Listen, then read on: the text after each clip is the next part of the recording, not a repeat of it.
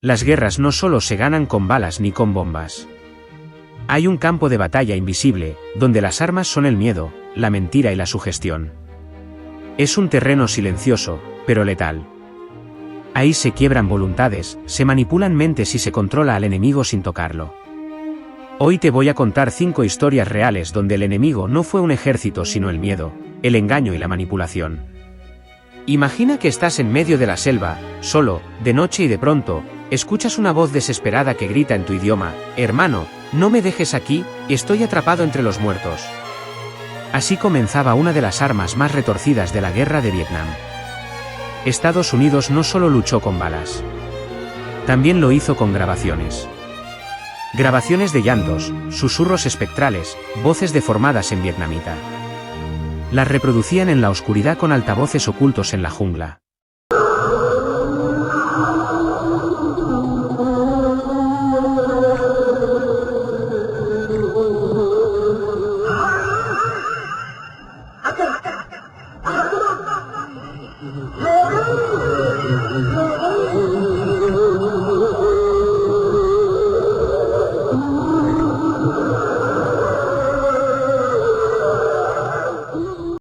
A esto lo llamaron Operación Wandering Soul. ¿La idea? Atacar directamente las creencias espirituales del enemigo. En la cultura vietnamita, si un cuerpo no recibe sepultura, su alma queda atrapada, condenada a vagar en pena eterna. Así que los soldados del Vietcong, al oír esas voces desgarradas, pensaban que eran almas en pena de sus propios compañeros muertos. Algunos desertaban. Otros huían aterrados. Nunca vieron al enemigo. Solo escucharon el dolor de lo que parecía ser el más allá. No era una bomba. No era una bala. Era una cinta fantasma, Ghost Tape number 10. Y si la guerra es también un juego de mentes, esta fue una de las jugadas más macabras. Y apenas estamos empezando. Pero si en Vietnam el arma fue el miedo ancestral, en Europa el engaño tomó una forma más elegante, más retorcida y mucho más fría. La Segunda Guerra Mundial estaba en su punto más álgido. Cada movimiento contaba. Cada error costaba miles de vidas. Así que el Reino Unido decidió recurrir a algo completamente fuera de lo común, fabricar una mentira tan real, tan convincente, que obligara al propio Hitler a mover sus fichas al lugar equivocado. Y lo más escalofriante no fue el plan, sino el mensajero. Porque para contar esa mentira usaron un muerto. Literalmente. Un hombre sin nombre, sin historia, que se convirtió en el espía más importante del frente mediterráneo. Su misión, engañar al Tercer Reich. Su legado, cambiar el rumbo de la guerra. Así comienza una de las operaciones de manipulación más extrañas, ingeniosas y exitosas de la historia militar. Y si lo que vas a escuchar parece sacado de una película. Pero ocurrió. Y lo llamaron Operación Mince Meat. Engañar al enemigo con un cadáver ya era una locura, pero ¿y si pudieras engañarlo con un ejército entero que no existe? No un soldado, no un pelotón, sino divisiones completas hechas de aire, mentira y teatro militar. Así nació la Operación Fortitude, la más ambiciosa obra de guerra psicológica jamás ejecutada. En pleno 1944, con el día D en el horizonte, los aliados sabían que su mayor ventaja no estaba solo en la fuerza sino en el secreto. Tenían que hacerle creer a Hitler que el verdadero ataque no sería en Normandía, sino en Calais. Para eso, construyeron una ilusión monumental. Fabricaron tanques inflables, aviones falsos, vehículos de cartón piedra. Usaron actores para simular movimientos de tropas.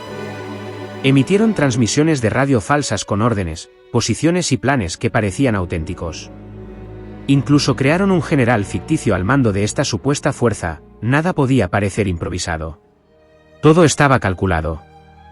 Y el resultado fue brillante. Hitler tomó la carnada. Movilizó sus fuerzas lejos de Normandía, esperando un ataque que nunca llegó.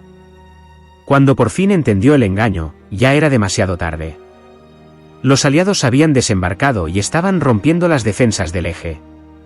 Ningún disparo salió de esos tanques inflables, pero su impacto fue demoledor. Fue una guerra de papel, plástico y ondas radiales, pero ganó tiempo, territorio y miles de vidas.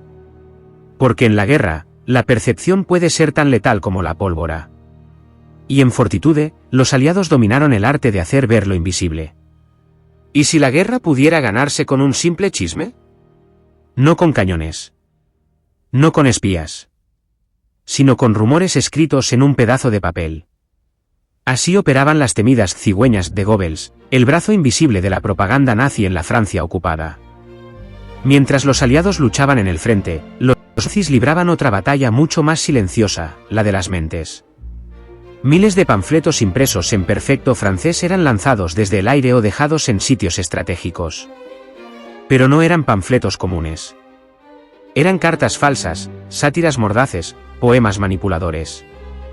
Su origen era anónimo, pero pretendían ser escritos por civiles, campesinos, esposas preocupadas o soldados desencantados.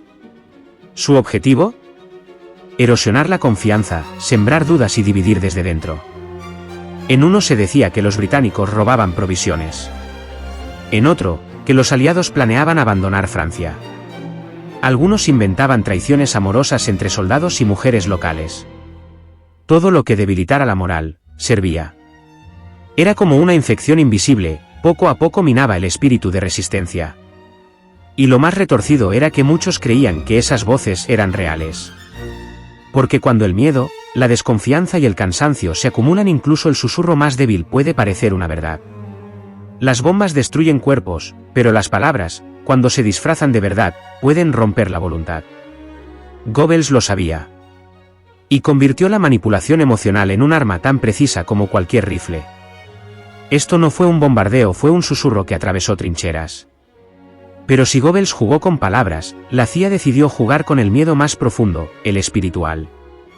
Bienvenidos a la Guerra del Terror, no como la conoces sino como se vivió en las montañas de Afganistán entre 1979 y 1989. Mientras el mundo veía la Guerra Fría como un conflicto político y militar, en las sombras se libraba otra batalla, la del terror psicológico. La CIA, en su intento por debilitar la moral de las tropas soviéticas y afganos leales al régimen comunista, ideó una campaña que parece sacada de una película de horror. Distribuyeron miles de panfletos con imágenes demoníacas, figuras infernales y falsos versos del Corán. Profecías inventadas advertían de castigos divinos para quienes apoyaran al régimen o lucharan contra los muyahidines. En una región profundamente religiosa, donde lo espiritual influye en cada decisión, estos mensajes no eran simples dibujos, eran amenazas del más allá. Algunos soldados entraban en pánico. Otros se negaban a combatir. ¿Cómo enfrentar a un enemigo que decía estar protegido por Alá y acompañado por ángeles vengadores? La CIA lo sabía, el miedo al castigo eterno podía ser más potente que cualquier misil. Porque en esta guerra, el objetivo no era solo ganar territorio, era quebrar el alma del enemigo desde adentro. ¿Una estrategia sucia?